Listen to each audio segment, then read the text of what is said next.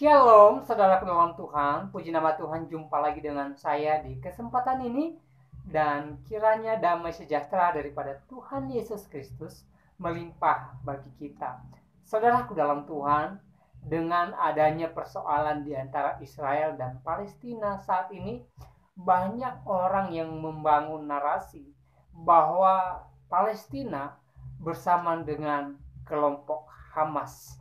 Dan sebenarnya hal itu salah, saudara dalam Tuhan.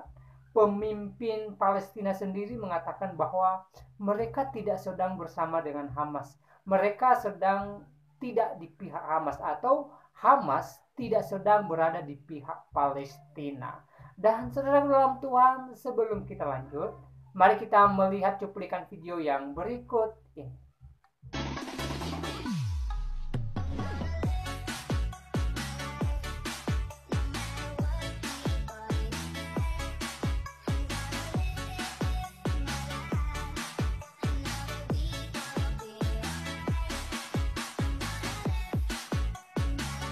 Presiden Palestina ungkap kelakuan parah pemimpin Hamas. في غزة وغيرها وفي الخارج لو ذهبت غزة ومحقت غزة لا يهمهم أن تمحق غزة. المهم أن تبقى حركة حماس موجودة. كانت تختبئ تحت الأقبية. قيادة حركة حماس، وأقولها للمرة الأولى، هربت إلى سيناء بسيارات الإسعاف وتركت شعبها يذبح. October 7th massacre and what ensued has nothing to do with the Palestinians. Nothing. It has nothing to do with the Arab-Israeli conflict or the Palestinian question. This is not a war with the Palestinians. Israel is at war with the genocidal jihadist Hamas terror organization. Only. Hamas do not care about the Palestinian people. They do not care about peace or dialogue. Baik, saudara dalam Tuhan, itu cuplikan videonya. Kita sudah simak apa yang menjadi isi video tadi. Pertama, di video tadi kita bisa melihat keakraban daripada pemimpin Israel dengan pemimpin Palestina. Sangat luar biasa, saudara dalam Tuhan. Dan kedua, pemimpin Palestina menyampaikan bahwa persoalan yang ada di antara Israel Hamas tidak ada hubungannya dengan Palestina. Ya. Dengan kata lain, Hamas tidak sedang membela Palestina. Hamas tidak sedang berada di pihak Palestina. Itu jelas dalam Tuhan disampaikan oleh pemimpin Palestina di video tadi. Dan kedua, dan ketiga, seorang tokoh Israel menyampaikan bahwa persoalan yang ada di antara Israel dan Hamas tidak ada hubungannya dengan Palestina. Israel hanya sedang berhadapan dengan kelompok Hamas yang mereka anggap kelompok garis keras. Ya. Dan di video tadi kita boleh melihat bahwa pemimpin Palestina pun mengatakan kalaupun Hamas dimusnahkan, ya, mereka tidak mempersoalkan hal itu. Mereka tidak peduli. Karena kelompok Hamas ini tidak peduli dengan warga Palestina.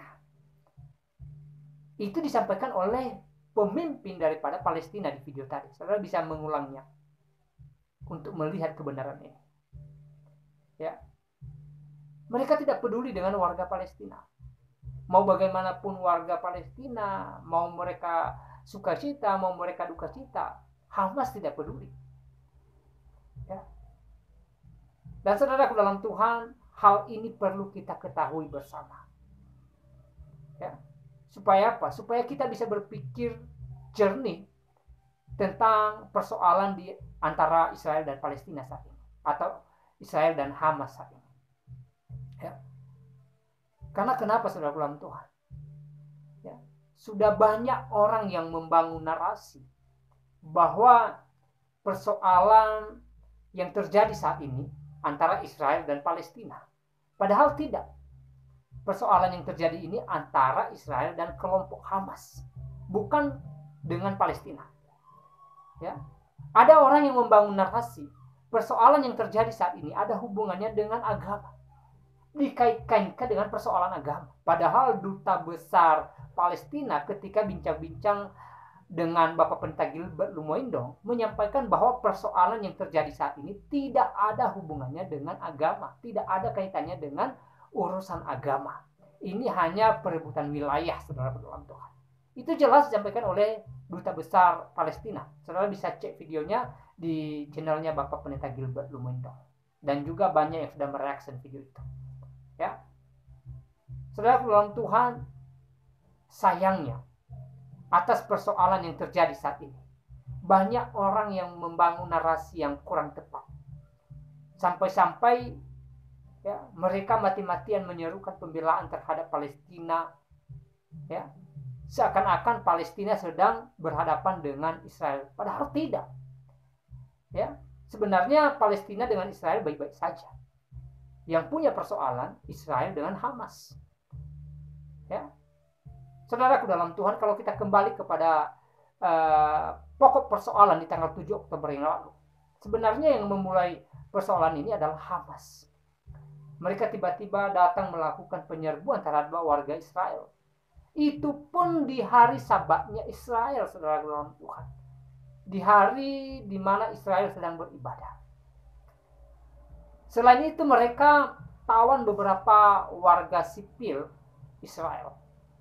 Dan dalam hal ini Israel tidak mungkin berpakku tangan, tidak mungkin berdiam diri melihat warganya yang ditahan oleh Hamas. Ya. Wajar dong kalau Israel ini melakukan tindakan pembebasan warganya. Walaupun saat ini kita lihat ya banyak korban jiwa atas hal ini. Karena bagaimanapun Hamas pun tidak mau membebaskan orang-orang yang mereka tahan begitu saja. Ya, mungkin kalau mereka mau bebaskan begitu saja, hal yang sudah terjadi ini mungkin tidak bakalan terjadi. Tetapi karena mereka bersikeras untuk tidak membebaskan tawanan mereka begitu saja, maka Israel melakukan hal yang boleh kita lihat beberapa minggu terakhir ini. Yang sampai-sampai ya, memakan korban jiwa beribu-ribu orang. Ya. Nah, saudaraku dalam Tuhan, sekali lagi, atas persoalan Israel dan Hamas saat ini, mari kita berpikir positif. Jangan sedikit-sedikit boikot produk Israel. Jangan sedikit-sedikit boikot produk Israel. Ya, sampai-sampai beberapa hari yang lalu, videonya juga saya share di video saya sebelumnya, ada satu rumah makan yang berada di Palu, tutup, saudara dalam Tuhan, gara-gara persoalan Israel Hamas. Mereka teriak membela Palestina, seakan-akan yang punya persoalan saat ini adalah Palestina dengan Israel. Padahal tidak. Lalu siapa yang rugi? Saya katakan kita yang rugi. Bayangkan rumah makan ini tutup, lalu karyawannya itu kehilangan pekerjaan. Karyawannya bukan warga negara asing, bukan warga negara Israel, tetapi warga negara kita sendiri. Jadi ketika mereka kehilangan pekerjaan, maka warga negara kita lah yang rugi.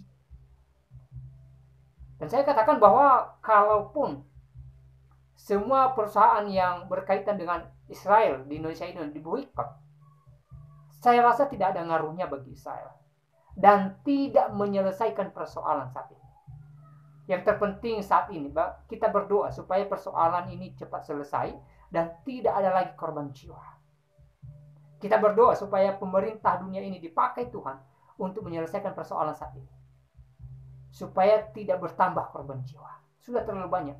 Dan harapan kita jangan lagi ada korban jiwa. Itu harapan kita. Mari kita berdoa dan kita percaya lewat doa-doa kita, Tuhan menyatakan mujizat perdamaian atas persoalan yang terjadi saat ini. Dan kiranya video singkat ini memberkati kita. Tuhan Yesus memberkati.